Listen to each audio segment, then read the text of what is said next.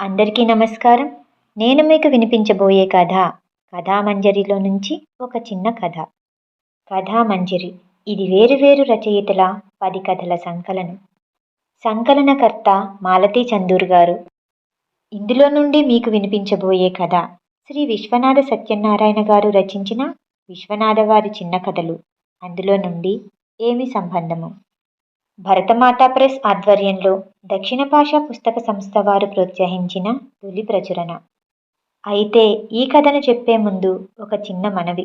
శ్రీ విశ్వనాథ సత్యనారాయణ గారు అలాంటి వారు రాసిన కథలను ఈ తరం వారు అర్థం చేసుకోవటానికి వీలుగా సులువైన పదాలతో కథను వివరిస్తాను.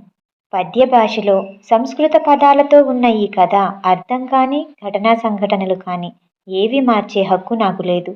కాబట్టి ఏవైనా పదాలు తప్పుగా దొర్లితే నన్ను క్షమించగలరని మనవి. ఇప్పుడు కథలోకి వెళ్దామా? అప్పటికి నాకు 16 17 నాకు సరిగ్గా జ్ఞాపకం లేదు. ఏదో బంధువుల ఇంట్లో పెళ్లికి వెళ్ళాం. మేము మగ పెళ్లివారి తరపు కాబట్టి మాకో ఇల్లు విడిదికిచ్చారు. ఆ ఇంట్లో వారు కూడా 2 గదుల్లో తమ సామాను సర్దుకొని మిగతా భాగం మొత్తం విడిది కోసం వదిలిపెట్టారు. కానీ అది పల్లెటూరు. 5 రోజుల పెళ్లి. పెళ్లివారింట్లో విడిదింట్లో ఉన్నవారికి 2 పూటల భోజన ఏర్పాటు. 2 రోజులు గడిచేటప్పటికి వాళ్ళు వీళ్ళు కలిసిపోయి చాలా చనువుగా ఉంటున్నారు. 3వ రోజు మధ్యాహ్నం అనుకుంటాను, నేను చావట్లో పడుకున్నాను. ఆ ఇంటాయన ఎప్పుడో చనిపోయాడు.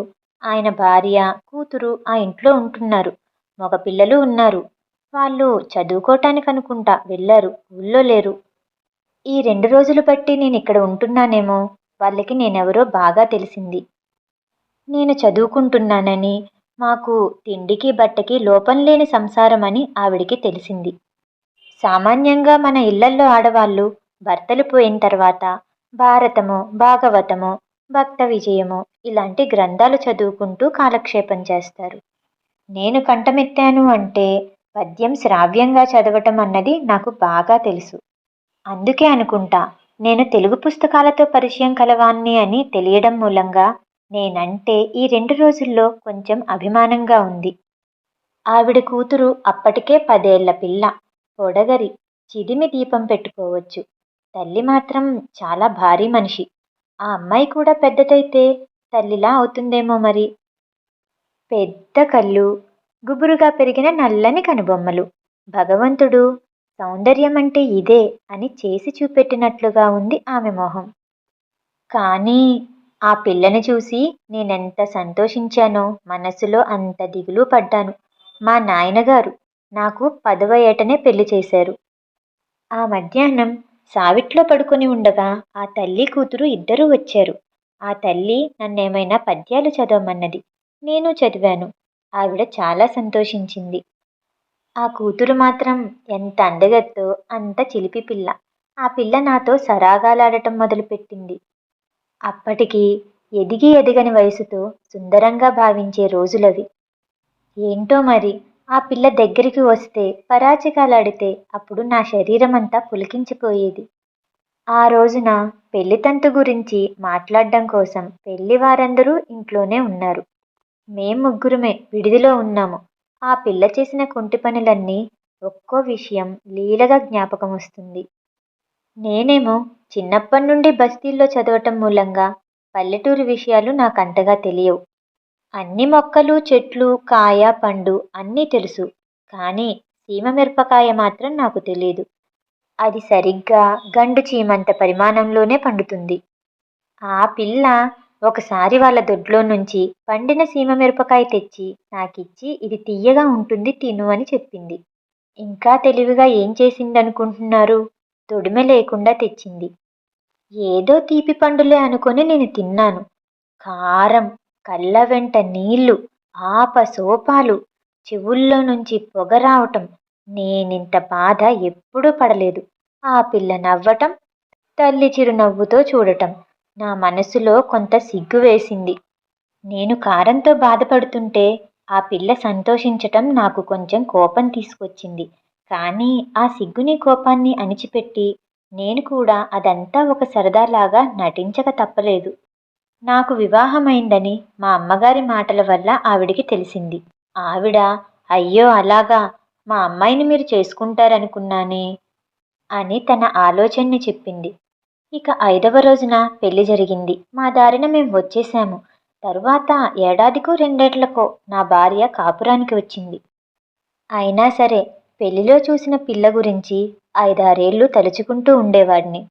ఆ తరువాత వాళ్లకు మాకు బాంధవ్యమూ లేదు, ఆ ఊరికి మాకు సంబంధమూ లేదు. పూర్తిగా మర్చిపోయాను. అది వేసవికాలం మధ్యాహ్నం. పొద్దుట్నుంచి భోజనం లేదు. బెజవాడలో పొద్దున్నే 6 గంటలకెక్కితే సాయంత్రం 5:30కి గుంతకల్లులో దిగింది బండి. నేను అనంతపురం వెళ్తున్నాను. ఆ రోజున శుద్ధ సప్తమి అనుకుంటా. వెన్నెల కాస్తుంది. అనంతపురం బండి బయలుదేరింది. నాకేమో నాలుక పిడచగట్టుకుపోయింది. రైలు బండిలో కూర్చుంటే దూరాన చిన్ని చిన్ని గుట్టలు, వాగులు, వంకలు, ఇసుక తిన్నెలు ఎన్నో వెళ్ళిపోతున్నాయి. నేను మాత్రం ప్రతి స్టేషన్లో దిగటం, ఆ పరుచుకుపోయిన వెన్నెల రాత్రిలో ప్లాట్ఫామ్ మీద నీళ్ల కోసం దేవులాడటం. అలా ఒక స్టేషన్లో నేను రైలు పెట్టె నుండి దిగి నీళ్లు దొరుకుతాయేమో అని వెళ్తుంటే ఆడవాళ్ల పెట్టెలో నుంచి ఒక స్త్రీ నన్ను పిలిచింది. అయ్యా, మా పిల్లల నాలుకలు ఎండిపోతున్నవి. కొంచెం మంచినీళ్లు తెచ్చి పెడతారా? ఆ మసక చీకట్లోని ఆమె ముఖరేఖలు నాకు స్పష్టంగా కనిపించట్లేదు.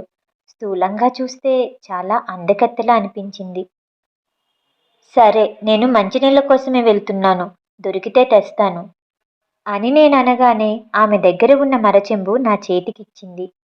ఈ భయంకరమైన దాహానికి స్త్రీ పురుష భేదం లేదు, పరపురుష విభేదం లేదు. మరచెంబు ఇచ్చేటప్పుడు ఆవిడ చేయి నాకు తగిలింది. ఇంకో గంట సేపట్లో నీళ్లు దొరక్కపోతే చచ్చిపోవటమే. మృత్యువుకు గంట దూరంలో ఉన్న సమయంలో ఆవిడ చెయ్యి నాకు తగిలితే నేను సంతోషించటం అధర్మ లక్షణమా, జంతు లక్షణమా అని ఆలోచించుకుంటూ వెళ్తుండగా ఆ స్టేషన్లో నీళ్లు దొరికాయి. నేను కడుపు నిండా తాగాను. ఆ చెంబు నిండా పట్టుకొచ్చాను. నేను బ్రతికానన్న సంతోషం కంటే ఆవిడికి చెంబు నీళ్లు తీసుకువచ్చి ఇవ్వటానికి వీలైందని సంతోషం ఎక్కువైంది. ఈసారి మరచెంబు తన చేయి తాకకుండానే తీసుకుంది. పిల్లలకిచ్చింది, తాను కొంచెం తాగింది. ఆ తరువాత నా మటుకు నేను వెళ్ళిపోవచ్చు కదా. వెళ్ళలేదు. చాలా, ఇంకొక చెంబుడు తీసుకురానా అని అడిగాను.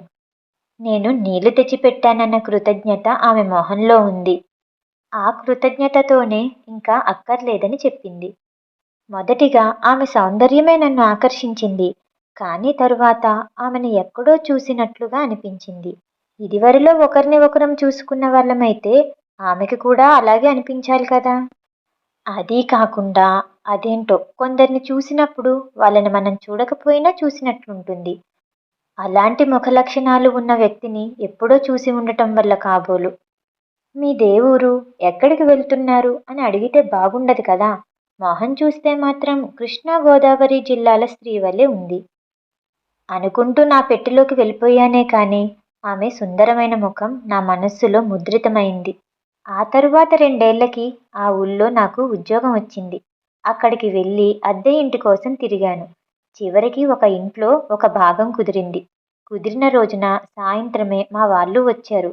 ఆ పక్క భాగం మాత్రం ఎప్పుడూ తాళం వేసి ఉండేది. ఆ భాగంలో ఎవరుంటున్నారని అడిగాను. ఆ ఇంటాయన కలెక్టర్ ఆఫీసులో గుమస్తా అని, భార్య ప్రసవించడానికని పుట్టింటికి వెళ్ళిందని, ఆయనొక్కడే ఉంటున్నాడని, 4 రోజులు సెలవు మీద ఇంటికి వెళ్ళాడని చెప్పారు. ఆ తరువాత 5వ రోజున ఆయన వచ్చాడు. ఆయన సబ్ మెజిస్ట్రేట్ చేసి మళ్ళీ కలెక్టర్ ఆఫీస్కి ఒక పెద్ద గుమస్తాగా వచ్చాడు. ఆయన రాత్రి ఎప్పుడో 10ంటికి వచ్చేవాడు. పొద్దున్నే 9ంటికి వెళ్ళేవాడు. నేను రోజు పొద్దున్నే లేచేటప్పటికి 7:30 అవుతుంది.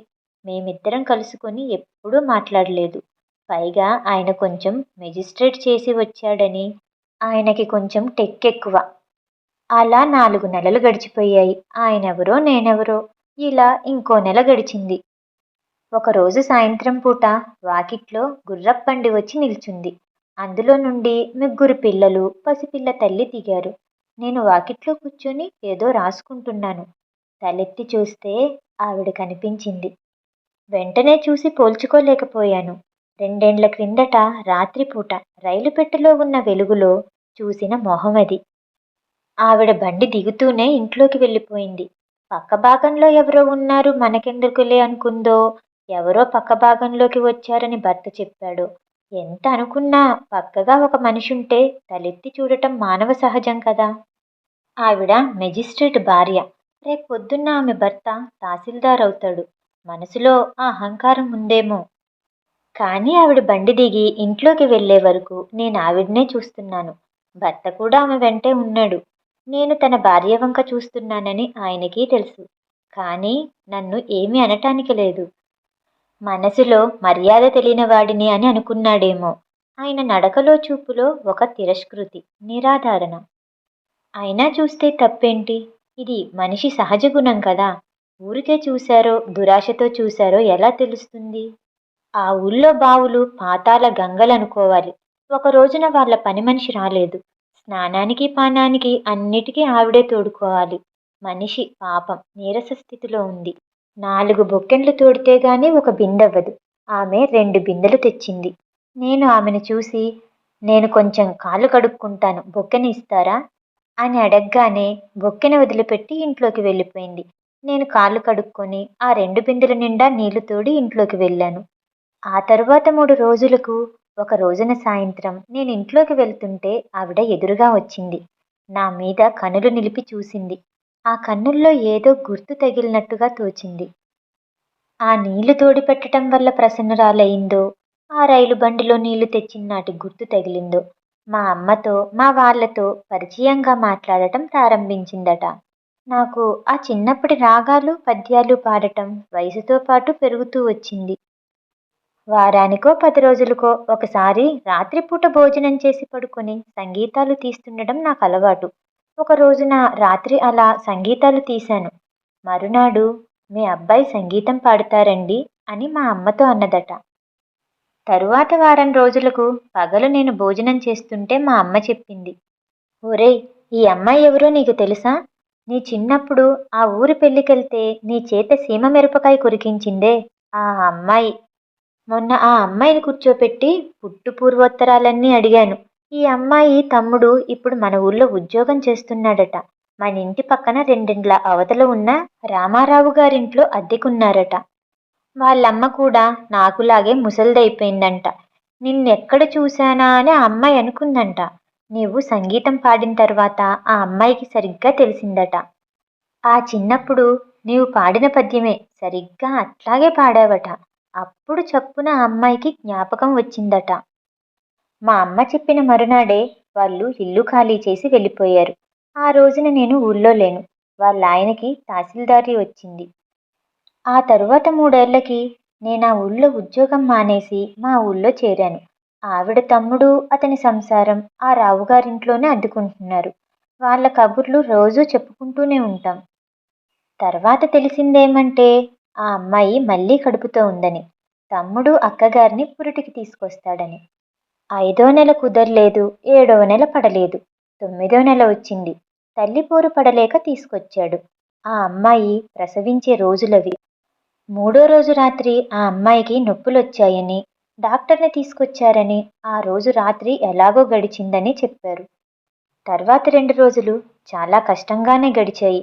ప్రసవ సంబంధమైన వ్యాధి కాదు, వేరే వ్యాధి ఏదో వచ్చింది. ఆ అమ్మాయిని చూడ్డానికి చుట్టుపక్కల వాళ్ళందరూ వెళ్ళారు. నేను కూడా వెళ్ళాను. నేను వెళ్ళిన నిమిషంలోనే ఆ అమ్మాయికి ప్రాణ నిష్క్రమణ వేలయింది. ఆ అమ్మాయిని కిందకి దింపటానికి ఎవ్వరూ లేరు. భర్తకు టెలిగ్రామ్ ఇచ్చారు, రాలేదు. నేను వాళ్ళ తమ్ముడు పట్టుకొని కిందకి దింపాము. మరునాడు కూడా మోసేందుకు ఎవ్వరూ రాలేదు. 2 ప్రాణాలు. అందరికీ అశుభమే. నేను కూడా వాహకులలో ఒకడినయ్యాను. పొద్దుకూకాక నక్షత్ర దర్శనం చేసి భోజనం చేశాను. ఆ రాత్రి ఒక రాత్రివేళ కల వచ్చింది. ఆ అమ్మాయి 10 ఏళ్ల పిల్ల. నేను 16 ఏళ్ల కుర్రవాడిని. వాళ్ళ ఇంట్లో నేను పద్యాలు చదివాను. ఆ అమ్మాయి సీమమిరపకాయ తీసుకొచ్చి తినమంది. తిన్నాను, నోరు మండింది. ఏడుస్తూ నిద్రలేచాను. నిద్రలో గుర్రు కొడుతూ నోరు తెరిచి నిద్రపోయానేమో. అగ్నిమండలపు పురుగొకటి నా నాలుక చివర వాలింది. భగ్గున మండింది. నిద్ర మెలకువ రావటంతోటే తెలిసింది అది నాలుక చివరే కాదు, పెదవి మీద కూడా పుండైంది. ఆ పుండు సరిగ్గా 10, 12 రోజుల వరకు మానలేదు. అన్నం తిననీయలేదు. ఆమెకి నాకు ఏమిటా సంబంధం? కథ సమాప్తం. ఈ రోజుల్లో మనము తొలి ప్రేమ అది ఎప్పటికీ మర్చిపోలేనిది అని ఎన్నో కథలు చదువుంటాం కదా! అలాంటి కథే ఇది. ఈ కథ వినటం మీకు నచ్చినట్టయితే లైక్ చేసి సబ్స్క్రైబ్ చేయండి. రేపు మళ్ళీ కలుద్దాం. నమస్తే.